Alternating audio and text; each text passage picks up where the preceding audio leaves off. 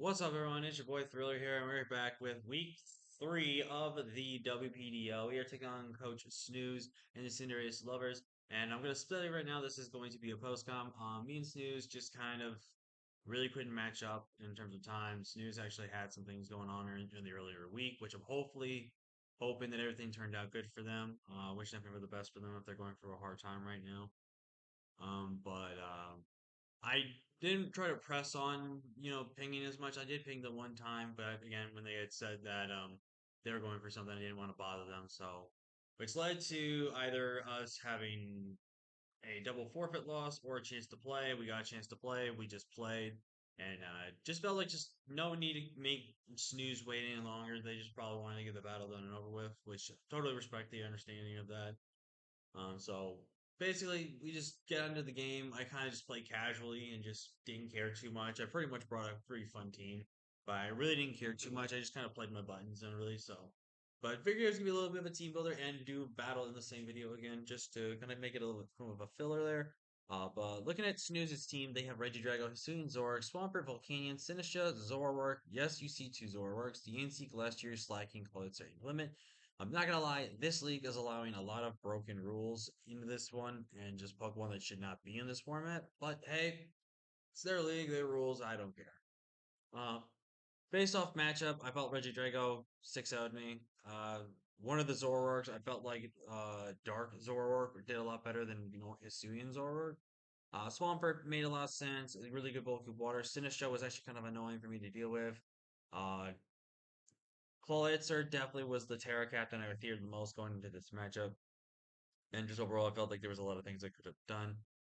So it just felt like that. So, real quick, we're gonna kick it off with the team that we brought this week. We brought Sharkbait or Veluza with Terra Fairy with no Terra Blast. This was strictly designed to just be a Terra Fairy set here to kind of just do what it needs to do and go from there. We have Subfloe, Aqua Cutter, and Cycle Cut, 20 HP, max attack, 4 in speed depth, and enough speed to outspeed pretty much everything we needed outspeed. Literally only hit Terra Fairy just because I really wanted to avoid the potential weakness of whatever. Up next, we have Typhoon. This is Max, which outspeeds everything on their team. Although that's not Scarf. Choice specs. Besides the Diancie, there was nothing that swapped into this. And with the way my team was structured, I really felt like Diancie had no purpose being bought. So I just literally stacked on Chilling Water as just a last ditch effort if I needed to. But this thing's designed to just click a button. This is just a strong Pokemon that just clicks buttons, which is really great.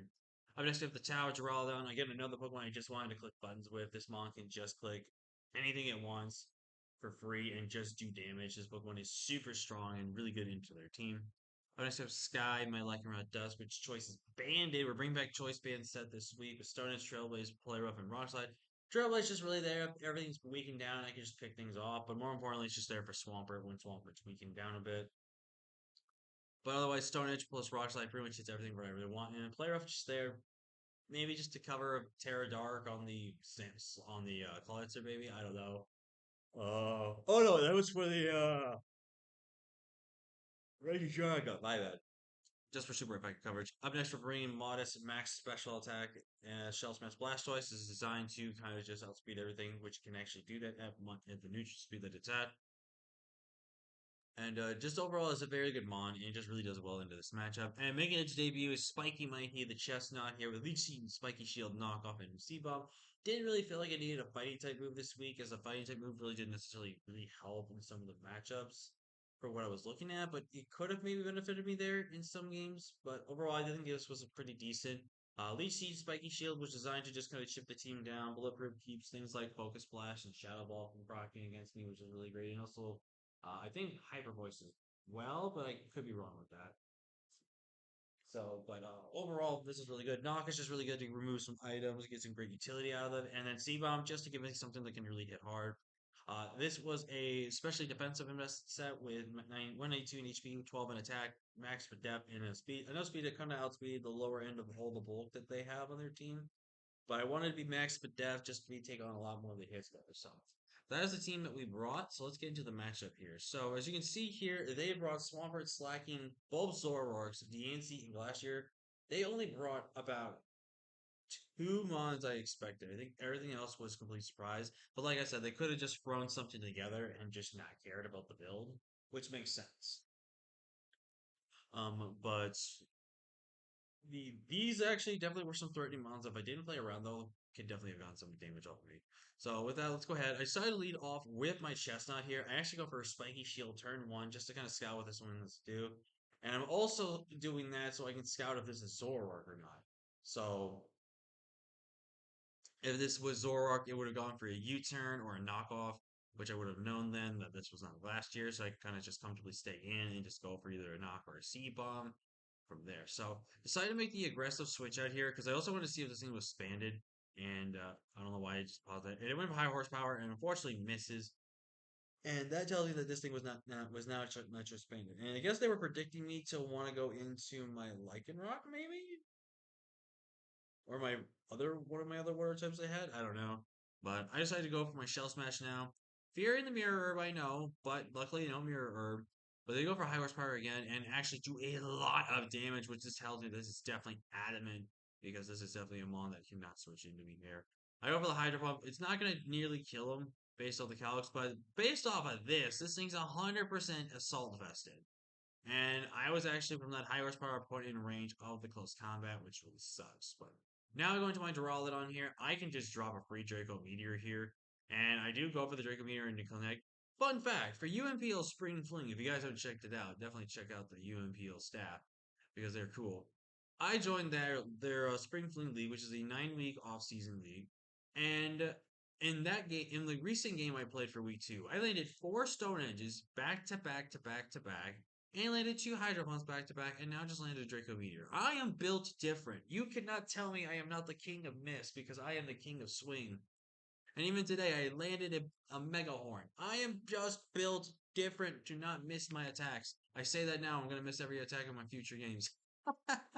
But I went for Draco just because I think the Flash Cannon was just super obvious, and I guess they were kind of okay sacking this. But with Draco Meteor, it covered any Zoroark pivot, it covered a Swampert pivot, so we go from there. Um, they actually now go in slacking, go for the knockoff here. And this to me felt like this was standard slacking, but it also could have been Zoroark, but I feel like it was the slacking. As I get rid of my leftovers here, I decided to go for the knockoff myself, and I'm very glad I did because this was a power herb Yancey, which was very scary because of the fact that if that thing got a +1, I would have been cooked. But I decided to stay in, figured that I'm faster. Then I find out that this Diancie is a lot faster, which tells me this is a speedy, probably max speed set, maybe with rock polish, I'm guessing. We go for C-Bomb, which is actually perfect damage because now, since I know this is offensive, I can go right on my Torn and I can just click a flying type move. I click Bleed Wind and get the KO on the Diancie.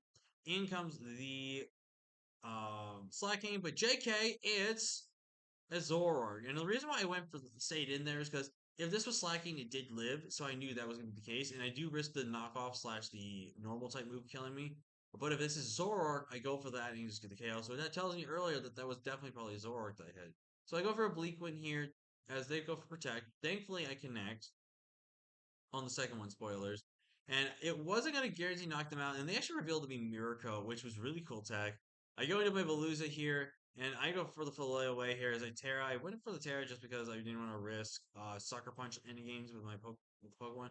They actually revealed to be toxic, so they end up being this set. And I actually could have subbed in front of this thing. And maybe in hindsight, I should have, because then I could have probably had just won the game.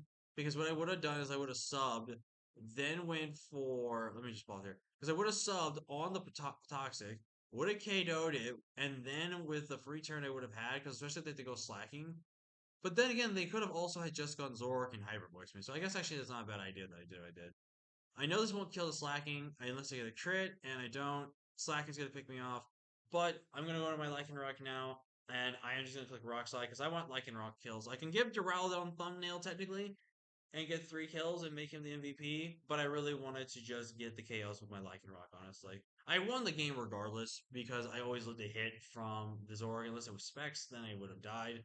But overall, very happy with how this team performed this week where we just clicked buttons pretty much and just really just set up a button and then just click buttons. So really happy with that. Chestnut put in some work though.